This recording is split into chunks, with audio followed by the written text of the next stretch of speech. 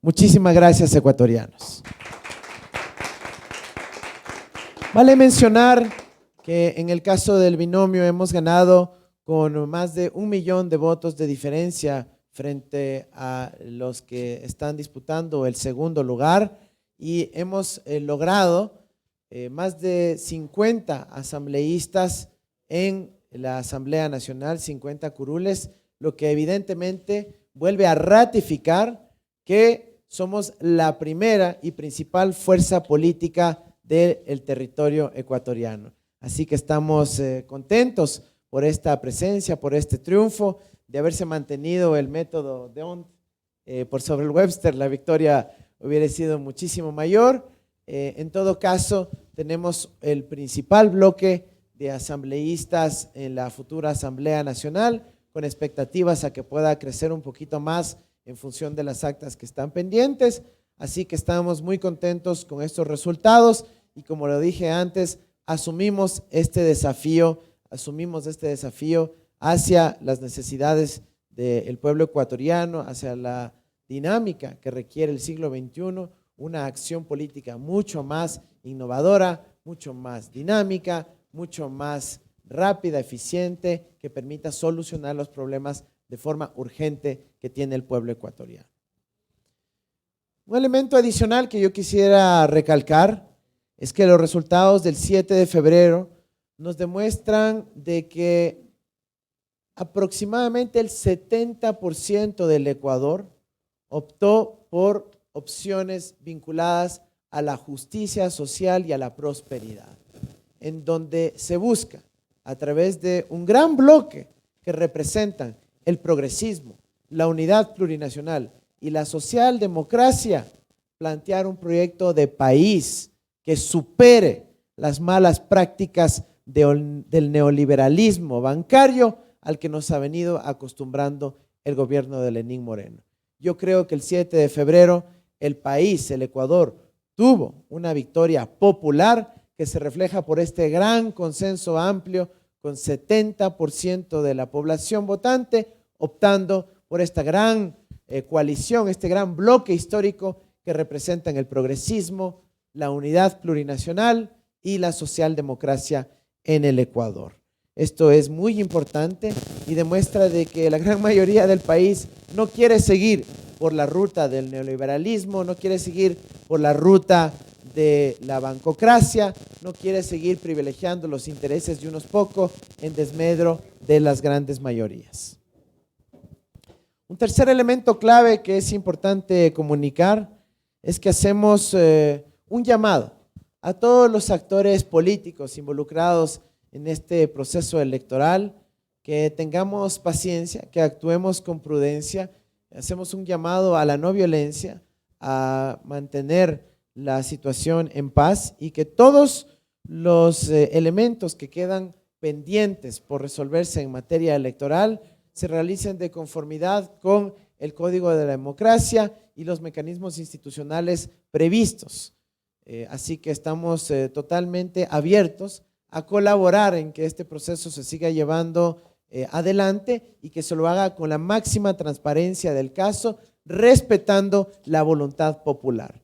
Muchas personas me han preguntado con quién preferimos participar en esta segunda vuelta, y nosotros preferimos participar en la segunda vuelta con quien el pueblo ecuatoriano haya decidido, con quien el pueblo ecuatoriano decida que tengamos que participar en esa segunda vuelta, y damos la bienvenida a esa segunda vuelta, que será una discusión, un intercambio de propuestas, un intercambio de ideas que beneficien a nuestro país, y estamos absolutamente dispuestos a entrar en esa gran discusión que requiere el país para dar soluciones urgentes alrededor de la crisis económica y sanitaria que está viviendo el Ecuador, y posteriormente la implementación del programa contemplado en la Constitución del Buen Vivir, en la Constitución del Montecristi. Creo que esto es ya un consenso nacional y aspiramos a que podamos seguirlo implementando con todos los actores involucrados. Quisiera hacer llamado también a la unidad del futuro. Es momento de dejar de hablar del pasado. El Ecuador tiene desafíos y retos enormes y tenemos que enfocarnos en el futuro. Nuestra candidatura, nuestros planteamientos políticos estarán orientados al futuro de nuestra patria con juventud de ideas, con renovación generacional, con frescura, con innovación, con creatividad. Vamos a encontrar soluciones, vamos a plantear propuestas y vamos a lograr acuerdos por el bien de nuestra patria. Ese es mi compromiso y de todo el equipo de La Esperanza. Un cuarto punto que yo quisiera comunicar tiene que ver con la conformación de la Asamblea Nacional y los retos y desafíos que tenemos pendientes ahí. Es un llamado que quisiéramos hacer al resto de bloques legislativos, tanto los que están en la Asamblea actual como la Asamblea venidera, que logremos un acuerdo programático para poder garantizar los derechos de los ciudadanos ecuatorianos y evitar la profundización de la agenda neoliberal que busca maximizar la privatización a costa del pueblo ecuatoriano en estos últimos meses del gobierno de Lenín Moreno. En ese sentido, y como lo hemos hecho antes, manifestamos nuestra abierta oposición a la ley de privatización del Banco Central que ha enviado el día de ayer el señor presidente saliente Lenín Moreno a pocos días de dejar su gobierno. No vamos a permitir que se apruebe una ley en donde contempla que los cargos que dejará él nombrados tengan un periodo más largo que la próxima administración de la presidencia de la República. Eso no es admisible. No es admisible que se quiera privatizar la gobernanza del Banco Central para que los banqueros puedan seguir en el ejercicio del poder independientemente de la voluntad democrática del pueblo ecuatoriano. Y finalmente, no vamos a permitir que dejen cambiada la normativa para que cuando llegue un gobierno soberano representativo de su pueblo no pueda modificar las normas relativas a la reestructuración de créditos. Por favor, las familias ecuatorianas están ahorcadas con las deudas, muchas de ellas incurridas en el marco de la crisis por el coronavirus, por la crisis derivada del encierro. Y eso no puede estar sobre los hombros de las familias ecuatorianas. Si es que este gobierno logra aprobar esta ley de privatización del Banco Central, dejaría sin instrumentos efectivos para que un siguiente gobierno pueda aliviar la enorme carga de endeudamiento que están sufriendo las familias ecuatorianas y los empresarios honestos de nuestra patria. Así que tenemos que tener suficiente margen en el ámbito de la normativa monetaria financiera para que podamos hacer esas reestructuraciones, disminuir las tasas de interés, eliminar muchas de las comisiones absurdas que hoy se están cobrando y, como dije, reestructurar las deudas generando un alivio a las familias ecuatorianas. Nos preocupa también que en el texto del Código Monetario y Financiero, la ley de privatización del Banco Central, remitida por el señor Moreno, todavía incluye articulados que afectarían al sistema cooperativo de ahorro y crédito del Ecuador. Nosotros vamos a defender la solvencia y la estabilidad del sistema cooperativo y no queremos que venga un ataque por parte de los poderes bancarios en desmedro de un sistema que ha contribuido al desarrollo territorial, al acceso al crédito, al dinamismo de la pequeña y mediana empresa alrededor de nuestro país. Así que pedimos a los asambleístas actuales, a nuestros compañeros y compañeras, pero también a la asamblea venidera, que estén firmes y que se mantengan alertas por este texto que puede terminar siendo una afectación enorme en contra de las familias ecuatorianas y en contra de las capacidades financieras del Estado ecuatoriano en su conjunto. Por favor, hacemos un llamado a no repetir la denominación fraudulenta que ha tenido el gobierno de Moreno con este proyecto de ley que ha sido enviado, porque ya son como 4 leyes que usan el mismo nombre Y aquí estamos hablando de la ley de privatización del Banco Central del Ecuador, y así debe entenderse claramente para todo el pueblo ecuatoriano. También quisiera hacer un llamado a todo el país, pero especialmente a los sectores empresariales y productivos de nuestra patria. El país va a enfrentar una decisión que no puede privilegiar al capital financiero sobre el sector productivo de nuestra patria. Tenemos que tener conciencia de que para que haya fuentes de trabajo digno, con estabilidad, con condiciones equitativas, con facilidades de acuerdo a la ley, para todos nuestros jóvenes, mujeres, hombres de la patria, tiene que haber un impulso al aparato productivo de nuestro país. Tenemos plena conciencia que para que haya trabajo, el aparato productivo debe ser fortalecido mediante políticas públicas, pero absolutamente mediante el crédito accesible. Si es que el país ve que su aparato productivo se vea subordinado al capital financiero, es decir, a los intereses de unos pocos banqueros, vamos a ahogar aún más a los emprendedores y empresarios de nuestra patria. En ese sentido, hacemos un llamado para que los sectores productivos del Ecuador hagamos una apuesta conjunta para que el sistema financiero esté al servicio del aparato productivo y de las familias ecuatorianas y no al revés. Esa es la decisión fundamental cuando hablamos de la ley de privatización del Banco Central. Queremos que ahí estén representados los sectores productivos, empresariales de nuestra patria, que están sudándola todos los días, que están generando valor y no quienes simplemente especulan con nuestro dinero. Esa es la gran diferencia del modelo que se está planteando con esta ley que ha presentado el gobierno de Moreno, que atenta en contra de las capacidades productivas de nuestro país, privilegiando a la rentabilidad especulativa y financiera.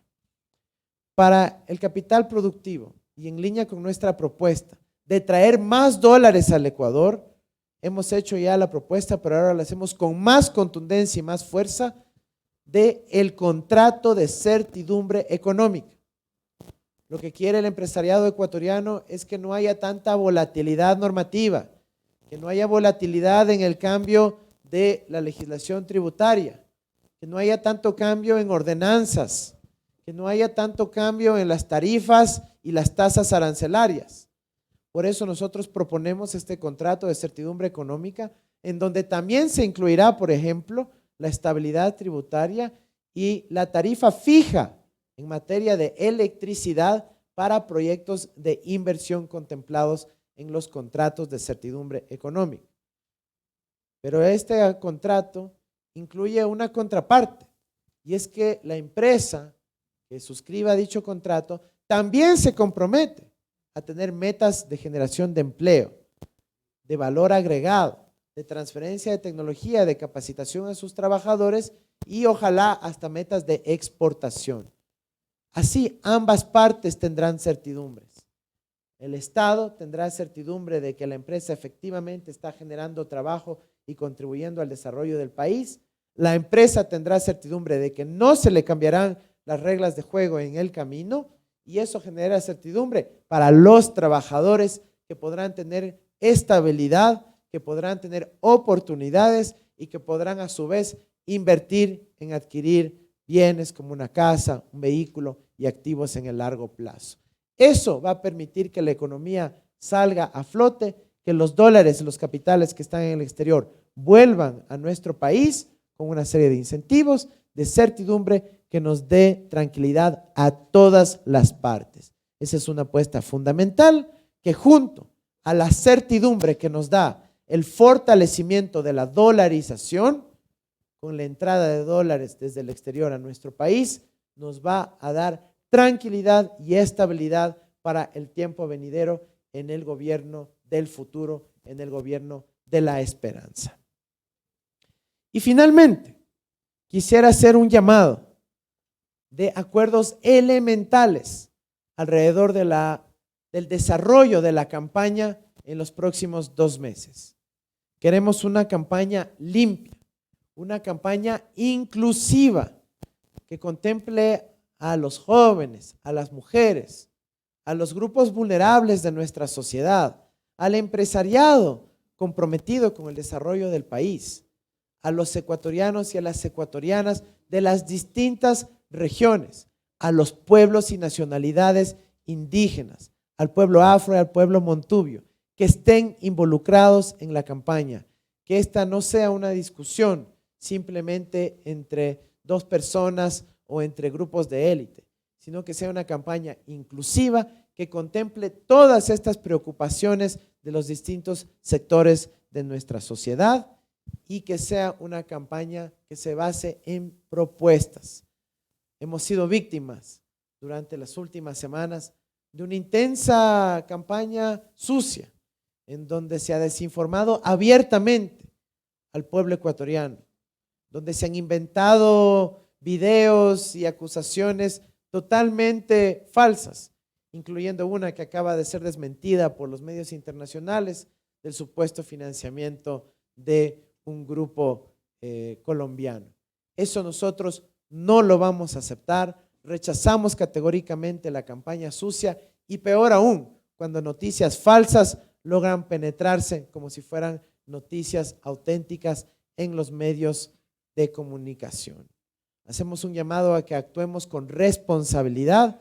Aquí estamos hablando del destino de la patria y nosotros estamos totalmente dispuestos a lograr acuerdos sobre la base de la ética pública alrededor de los contenidos que debemos discutir en esta campaña para la segunda vuelta presidencial en el Ecuador. Estos eran los anuncios principales. Comparto nuevamente la alegría que tenemos por este bloque importantísimo en la Asamblea Nacional. Hacemos un llamado a la unidad de todo el pueblo ecuatoriano, pero especialmente a este segmento amplio, progresista, de justicia social, de prosperidad, que está reflejado tanto en la votación de la ciudadanía como en la composición de la futura asamblea. Estamos contentos por los resultados y insisto, hacemos un llamado a que el proceso se siga llevando sin violencia, en paz, de forma absolutamente pacífica y que podamos tener pronto los resultados de la segunda vuelta. Mientras tanto, nosotros vamos a dedicarnos a conversar con la ciudadanía, a buscar los puentes que se requieren para que logremos construir este país del futuro y enfocarnos en las necesidades concretas del pueblo ecuatoriano en materia de enfrentar la crisis económica y sanitaria que vivimos y la profundización del programa establecido ya en la Constitución vigente en nuestro país. Muchísimas gracias y quedo atento a sus inquietudes. Muchas gracias a las palabras del economista Andrés Arauz, candidato presidencial, triunfador de la primera vuelta por la Revolución Ciudadana, lista 1. Vamos a proceder a la ronda de preguntas. La mecánica será la siguiente, compañeros, colegas. Vamos a tener preguntas de los medios de comunicación presentes en este momento y vamos a intercalar con las preguntas que se van formulando vía Zoom. Les solicitamos mantenerse en sus lugares, no ponerse de pie, puesto que se encuentran las cámaras dispuestas en la parte de atrás, y presentarse, formular su pregunta de la manera más rápida posible. Comenzamos desde la pregunta formulada desde presencial. Por favor, Alejandro Álvarez estará acercando al compañero que solicite el micrófono.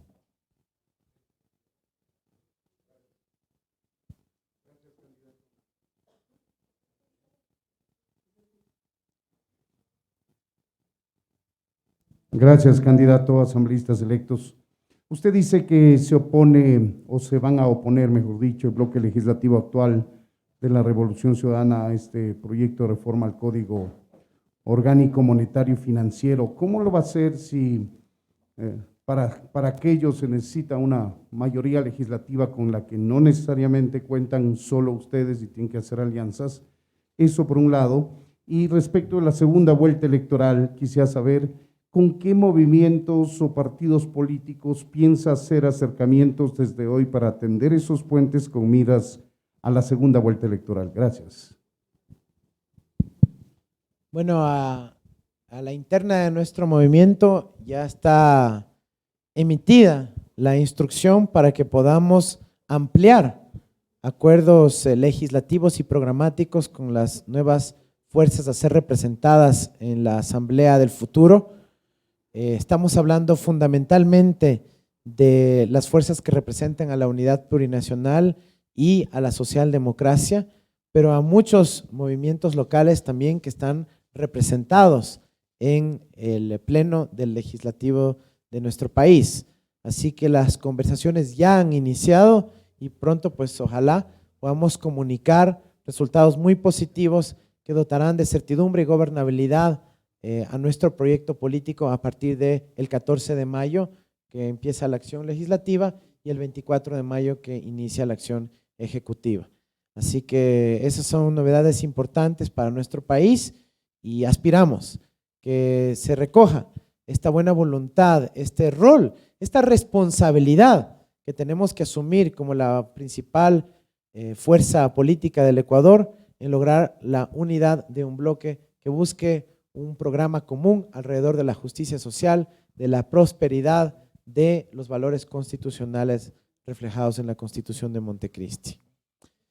En segundo lugar, atendiendo la primera pregunta, nosotros estamos plenamente conscientes de que se requiere una mayoría legislativa para que este proyecto pueda ser archivado, y es en ese sentido donde se está trabajando ya con distintos bloques dentro de la Asamblea Nacional para que exista esa cantidad de votos que permitan que la ley no prospere.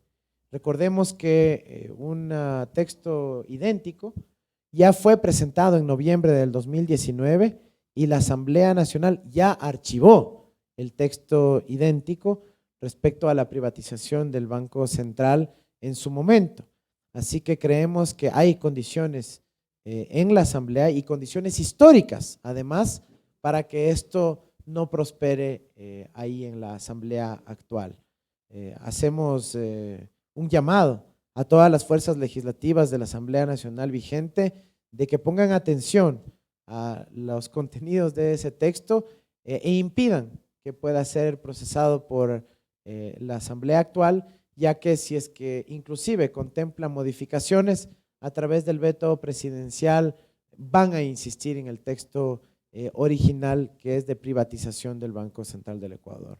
También hacemos un llamado a recordar por qué justamente esto fue archivado en noviembre del 2019 y recordar que estamos en una situación peor que en ese caso, donde hemos visto un aumento de la morosidad de la cartera, de la situación del sistema financiero ecuatoriano, y no podemos abrir las puertas a un proyecto de ley que le da superpoderes a una junta y a un directorio del Banco Central que permitiría un nuevo salvataje. No podemos permitir eso, tenemos que archivar la ley de privatización del Banco Central.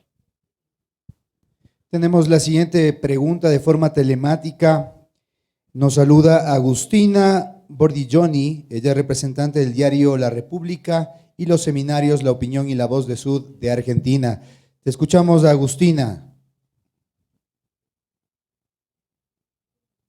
Hola, buenos días. Sí, mi pregunta está vinculada con el contexto de la pandemia. En el caso de resultar vencedor en abril, ¿qué considera que se ha hecho mal en el país hasta ahora y cuáles serían sus primeras medidas a tomar?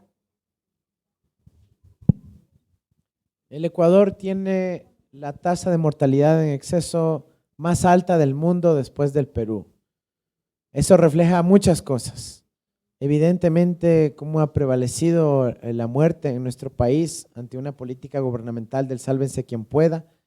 Refleja que los datos de mortalidad en exceso no coinciden con los datos de fallecimientos por COVID por la falta de testeo. El Ecuador también tiene el índice de pruebas PCR en proporción a su población más bajo de la región.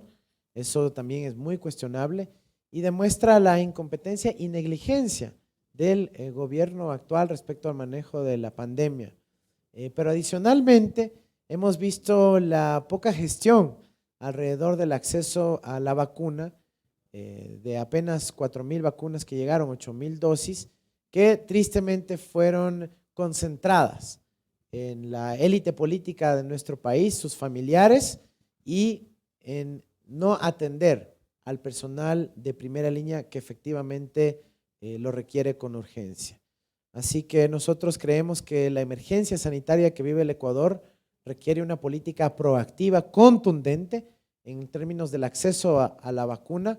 Nosotros hemos adelantado gestiones con la Argentina para garantizar la dotación de 4,4 millones de dosis para nuestro país por parte de la empresa AstraZeneca que produce las vacunas en Argentina y es exportada con autorización del gobierno argentino, pero además estamos a puertas de poder anunciar preacuerdos con el gobierno de Rusia para el acceso a la Sputnik V. También por millones de dosis disponible para nuestro país. Asimismo, estamos adelantando gestiones con otros países que comunicaré en su momento, que también tienen otras vacunas desarrolladas alrededor del mundo y que han sido ya aprobadas para su distribución alrededor del planeta. Pero la vacuna no se pone sola. Se requiere un sistema de salud pública fortalecido. Y en medio de la pandemia y el año inmediatamente anterior, el gobierno despidió más de 6,000 profesionales del sistema de salud pública. Nosotros vamos a revertir esa decisión. Vamos a retomar un sistema de salud pública ampliamente desconcentrado, con garantía en la dotación de dispositivos médicos y de medicina y con el sistema de referencias y contrarreferencias funcionando. Pero además de reincorporar a las 6,000 personas despedidas, los estudios nos demuestran que se necesitan aproximadamente 6,000 adicionales en el corto plazo, incluyendo aproximadamente 2,000 inmediatamente para técnicos de atención primaria en salud. Otros tendrán que ser formados porque hay una insuficiente cantidad de TAPS en el Ecuador y tendrán que ser incorporados más adelante. Así que los retos que tiene nuestro sistema de salud pública para atender las consecuencias de la pandemia son amplios, grandes, contundentes y estamos plenamente dispuestos a asumir estos desafíos. Un elemento adicional tiene que ver con los problemas de salud mental que están aumentando en nuestro país y que tienen como consecuencia los aumentos en los índices de violencia intrafamiliar y de conflictividad dentro de nuestra sociedad.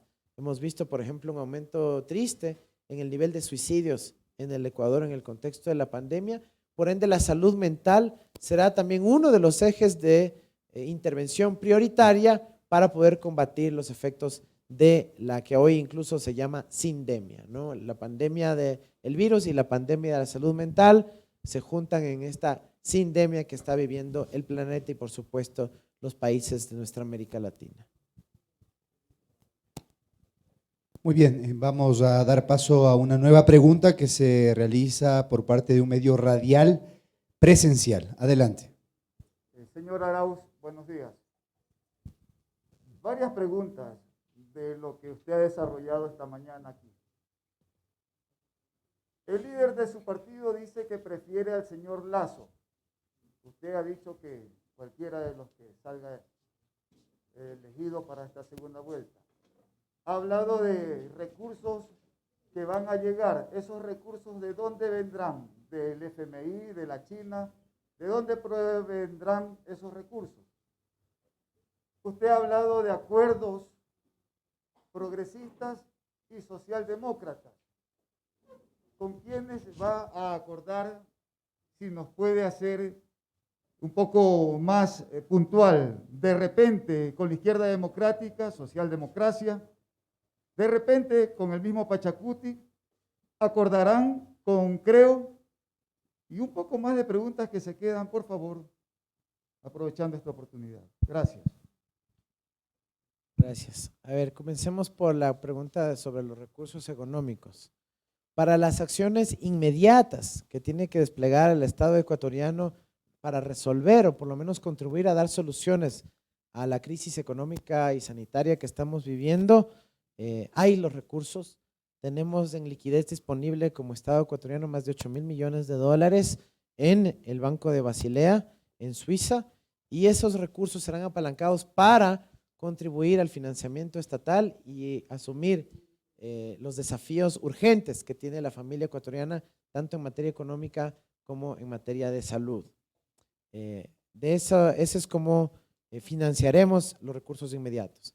Sin embargo, de forma inmediata, en el mediano plazo, tenemos que lograr recursos a partir del cierre de la evasión tributaria, el cierre de la brecha de evasión tributaria. Se estima por parte de la CEPAL que el Ecuador puede rápidamente recaudar alrededor de 2.5 puntos porcentuales del PIB de evasión tributaria que se puede cerrar rápidamente con mejoras en los controles, con ciertas reformas puntuales que permiten que grandes grupos económicos no contribuyan su parte a el desarrollo nacional. Así que de ahí provendrán los recursos también. Y si es que sobre la base de nuestro programa económico, que implica la garantía de las condiciones de dignidad del pueblo ecuatoriano y además un despliegue de infraestructura, de inversión pública, de retomar el rol del Estado y de la empresa privada en la inversión productiva de nuestro país, si a ese programa se suman organismos internacionales de crédito, países amigos que quieran financiar, pues bienvenido sea ese financiamiento. Pero nosotros no nos vamos a someter a condiciones ya pactadas con el gobierno de Moreno, que lo único que harían es perjudicar la estabilidad y tranquilidad de las familias ecuatorianas. Sobre la candidatura para segunda vuelta, nosotros enfrentaremos esa segunda vuelta con quien el pueblo ecuatoriano decida. Nosotros más bien queremos que rápidamente el CNE avance en el escrutinio total y en el cómputo total de las actas que quedan con novedades. Así que nosotros no tenemos por qué imponer ni manifestar nuestros deseos cuando es el pueblo ecuatoriano el que ya ha decidido, y ahora simplemente lo que falta es que el CNE anuncie los resultados de la voluntad del pueblo ecuatoriano. Y finalmente, sobre los acuerdos. Sí, las entidades que usted ha mencionado son las que representan a la unidad plurinacional y a la socialdemocracia y también a muchos movimientos locales que comparten esos principios, pues son compañeros que incluso han compartido el proyecto político en el pasado y que tenemos plenas coincidencias de cómo avanzar en el desarrollo del país y en los retos de enfrentar la crisis sanitaria y económica que estamos viviendo. Así que yo creo que hay muchas posibilidades de concertar acuerdos en la nueva Asamblea Nacional y es nuestra responsabilidad como bloque mayoritario y como principal fuerza política del país de lograr esos acuerdos por el bien del Ecuador. Gracias. Sí, ya mencioné que son esos los partidos y organizaciones políticas que representan a la socialdemocracia y la unidad plurinacional en el país. Muy bien, agradecemos la pregunta de Enrique Alcíbar. El siguiente colega en formular su pregunta presencial es Francisco Garcés, representando a Ecuavisa. Adelante, Francisco. Buenos días con todos, candidato Arauz. Solamente una precisión y vuelvo al ámbito legislativo. En el caso de la reforma de la ley urgente que está planteando el Ejecutivo, si nos ponemos en el otro escenario, en el escenario de que la Asamblea, de que la Asamblea logre aprobar la ley, ¿será prioridad para su gobierno en el caso de llegar a la presidencia y una de las primeras acciones legislativas derogarla, reformarla? ¿Qué término emplearíamos ahí en este escenario que estoy planteando, que no es el que ha planteado usted? Y lo segundo, también una precisión en relación a lo último que ha dicho, es, ya se está haciendo conversaciones, acercamientos con candidatos electos, específicamente de Pachacutic y de Izquierda Democrática en relación a esta posibilidad de conformar este bloque, esta coalición legislativa de gobernabilidad posiblemente en su periodo presidencial. Incluso entiendo que la señora Correa tendrá ahí mucho que ver en esta correlación ya cuando se instale el legislativo. Estas dos cosas, por favor. Muchas gracias. A ver, comenzando por la primera pregunta. Efectivamente, esta ley de privatización del Banco Central, propuesta por un gobierno que carece de legitimidad democrática, que no tiene respaldo popular, que no tiene una mayoría funcional en la Asamblea, que han manifestado a través de sus distintas candidaturas presidenciales que no tiene ningún respaldo significativo por parte de la población ecuatoriana y que sin embargo le apuesta a aprobar un proyecto de ley de privatización del Banco Central a través del Ministerio de la Ley, es decir, evitando la deliberación de la Asamblea Nacional, tendrá que ser revertido. Si es que logran aprobarlo a través de estos mecanismos ilegítimos, la siguiente Asamblea tendrá que revertirlo lo más pronto posible porque no puede atentar tan directamente contra la Constitución de la República del Ecuador.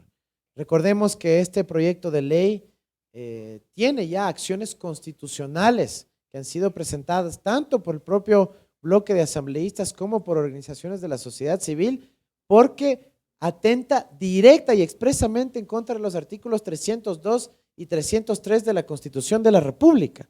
Por esa razón, estamos hablando de varias fuentes de ilegitimidad, propuesta por un gobierno saliente, sin apoyo democrático, por el Ministerio de la Ley y abiertamente inconstitucional. Eso tendrá que ser derogado apenas lleguemos a la Asamblea Nacional. Y en segundo lugar, yo voy a dar la palabra a la asambleísta electa Pierina Correa, pero efectivamente, nosotros, no solo desde ahora, sino desde antes, hemos tenido conversaciones con distintos segmentos de nuestra sociedad, con distintas candidaturas para poder construir desde antes las perspectivas de un bloque que permita dar gobernabilidad a nuestro país, que permita dar soluciones al pueblo ecuatoriano. Así que nosotros no estamos enfocados en rencillas del pasado, ni en obsesiones del pasado. Nosotros le estamos apostando al futuro del Ecuador y esa es la línea con la cual estamos entablando las conversaciones con los distintos bloques, con los distintos asambleístas electos o muy probablemente electos con la información que tengamos de los siguientes días. Irina, si gustas complementar aquello, por favor. Gracias, Andrés. Muy buenos días a todos. Y me sumo al agradecimiento que manifestó Andrés al inicio de su intervención, no solamente a quienes están hoy acompañándonos en esta rueda de prensa, sino absolutamente a todo ese pueblo que se movilizó para manifestar en urnas de manera libre y democrática su sentir, ese anhelo de vivir en un país de estabilidad social, política, económica, laboral, de seguridad jurídica, seguridad ciudadana, a la que todos tenemos derecho, para que en base a nuestras capacidades, a nuestras metas, podamos construir ese futuro que anhelamos. Ahora, vivimos en un país riquísimo y con una variedad enorme, cultural, tradicional, de razas, de formas de pensar, de ideologías políticas, pero hoy la situación del país nos llama a unirnos y a organizarnos con un solo objetivo: recuperar todas estas condiciones que he mencionado, porque el país ya no da para más. El desempleo se ha incrementado tremendamente, el subempleo, el empleo informal, la mendicidad en las calles, la violencia e inseguridad social, el incremento de la delincuencia, ya no hay lugar seguro en el país. Todo esto se resume en dos anhelos de la población: trabajo y seguridad ciudadana.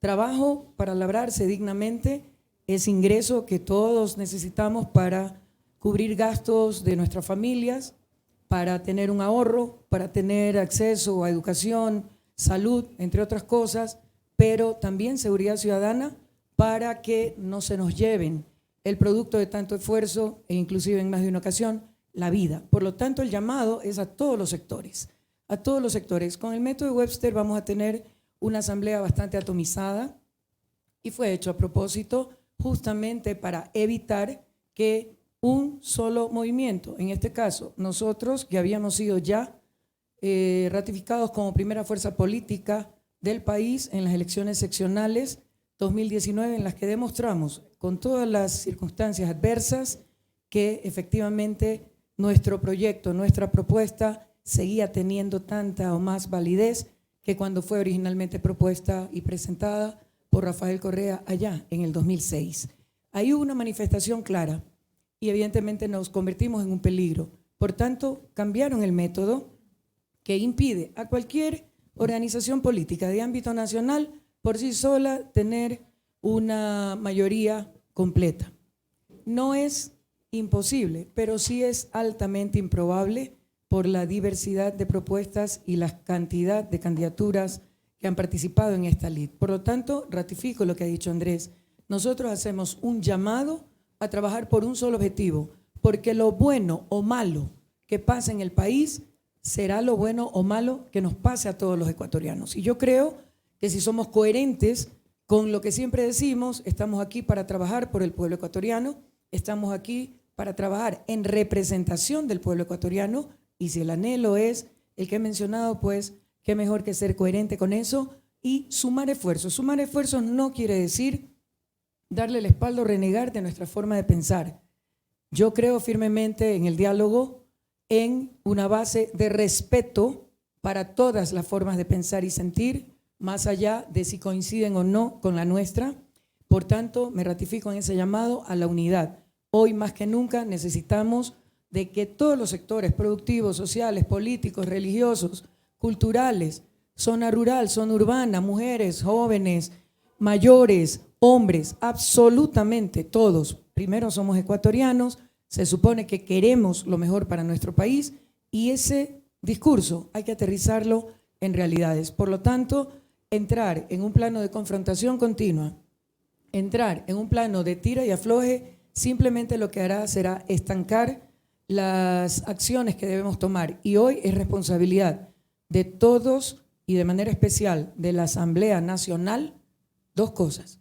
Trabajar en general las condiciones de gobernabilidad para que el Ejecutivo, que nosotros estamos seguros será de la mano de Andrés Arauz y Carlos Rabascal, el binomio La Esperanza, pueda asumir e implementar todas aquellas medidas inmediatas y luego las progresivas que necesitan las familias en mayor estado de vulnerabilidad y realmente todo el sistema productivo para que haya generación de empleo, para que haya acceso a trabajo, a un ingreso y por tanto a una situación de bienestar, de buen vivir, que es nuestra responsabilidad porque así lo dice la Constitución de la República. Y el segundo gran objetivo, así como el Ejecutivo, la Asamblea Nacional en este momento, que nosotros consideramos el primer poder del Estado, porque ninguna otra función puede actuar si no hay el marco jurídico legal apropiado para hacerlo, recupere la confianza del pueblo ecuatoriano, recupere el respeto del pueblo ecuatoriano. Ha perdido completamente todo esto, apenas un 2% de aceptación, eso es inconcebible. Así es que un gran objetivo nuestro será, en conjunto, poner en alto a la función legislativa en ese sitial que se merece por la altísima responsabilidad de las funciones que tiene a cargo de desempeñar. Es la tarea de cada uno de nosotros y de todos en conjunto. Como siempre digo, la unión hace la fuerza y la organización nos hace eficientes en un momento en que la situación del país es calamitosa en todo sentido, en un momento en que hay que atender sectores que requieren esa atención de manera urgente, como es el de la salud, con recortes presupuestarios que grafican la falta de visión, la falta de compromiso con la ciudadanía, la falta de previsión y capacidad de este gobierno, con recortes sobre el 36% en uno de los pilares fundamentales de cualquier sociedad en el mundo, la salud. Por eso estamos como estamos. Y ni hablar del resto de sectores. Así es que el compromiso nuestro, no solo como bloque de La Esperanza, sino con esa capacidad de dialogar, de consensuar sobre ejes programáticos para trabajar en conjunto desde el interior de la Asamblea por ese cuerpo legal, esas leyes, esas reformas, esos procesos de fiscalización, ese analizar de los presupuestos del Estado para, en conjunto, respetando la independencia y autonomía de la función ejecutiva, pero siendo ambos parte de un mismo proyecto político que privilegia el beneficio al pueblo ecuatoriano, el caminar junto al pueblo ecuatoriano, trabajaremos en conjunto para sacar adelante al país. Es un deber que tenemos Es una meta que nos hemos impuesto y ya hemos demostrado que es posible hacerlo, y así, respondiendo a ese apoyo mayoritario que hemos recibido en esta primera etapa y en las seccionales del 2019, la convicción absoluta de que estaremos para trabajar para alcanzar esos objetivos. Es un compromiso ineludible, un compromiso que lo acogemos con toda la pasión, con toda la convicción de que nuestro país está para grandes cosas, pero depende de sus autoridades que trabajen de la mano del pueblo ecuatoriano para que eso se convierta en una realidad en favor de todo ese pueblo ecuatoriano.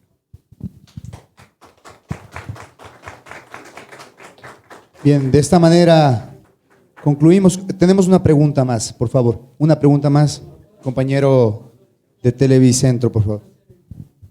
Gracias, candidato, muy amable. Estaba solicitando el micrófono hace rato y no me lo daban. Solo una acotación, por favor, porque aquí existirían algunas lecturas desde mi punto de vista y de algunas personas. Usted dice que estaría dispuesto a pasar a la segunda vuelta con quien el pueblo ecuatoriano lo haya elegido en las urnas, pero sin embargo daría a entender, inclusive las declaraciones, lo que ha hecho el expresidente Rafael Correa, que parece está defendiendo que sea Guillermo Lasso quien pase a la segunda vuelta. Esto de alguna forma sería porque si ustedes pasan con Yacu Pérez, ¿el panorama se les complicaría? Gracias. No, mire, yo no voy a hablar a nombre de Rafael Correa, así como él no puede hablar a nombre mío. Y nosotros lo que hemos dicho es que el pueblo ecuatoriano ya decidió quién va a la segunda vuelta. Y a segunda vuelta va el binomio de la esperanza con absoluta claridad y con más de 1 millón de votos por sobre quien sea el segundo. El segundo depende de qué tan ágil puede ser el Consejo Nacional Electoral. Lo que sí reclamamos y dejamos en evidencia, tanto en la noche del domingo por mi parte, como en las manifestaciones de Rafael Correa, es que el Consejo Nacional Electoral aceleró su comunicado de forma innecesaria. Todo el mundo sabe que una buena práctica electoral es que cuando estadísticamente los resultados aún no establecen un margen matemáticamente cierto, no se deben comunicar al país resultados de un estudio muestral.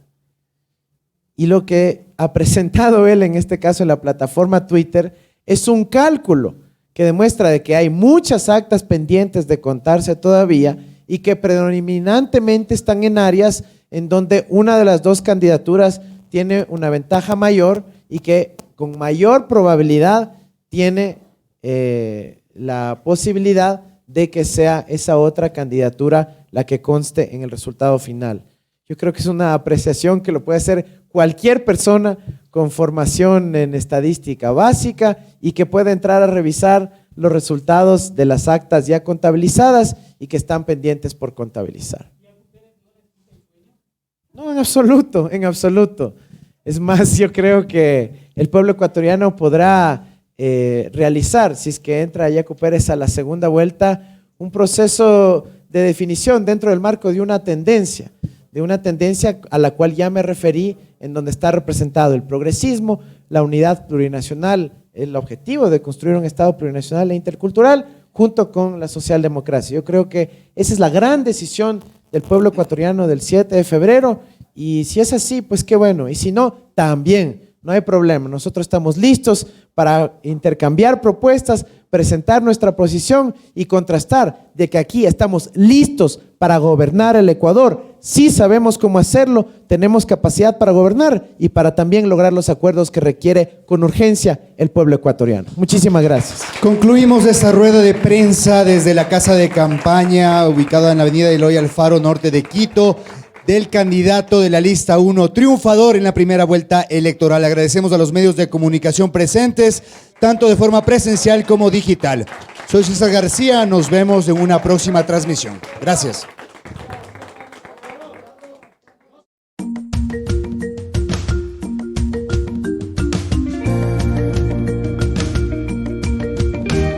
Somos el pueblo de este gran sueño, los que ponemos trabajo y empeño, los que queremos ver un futuro nuevo.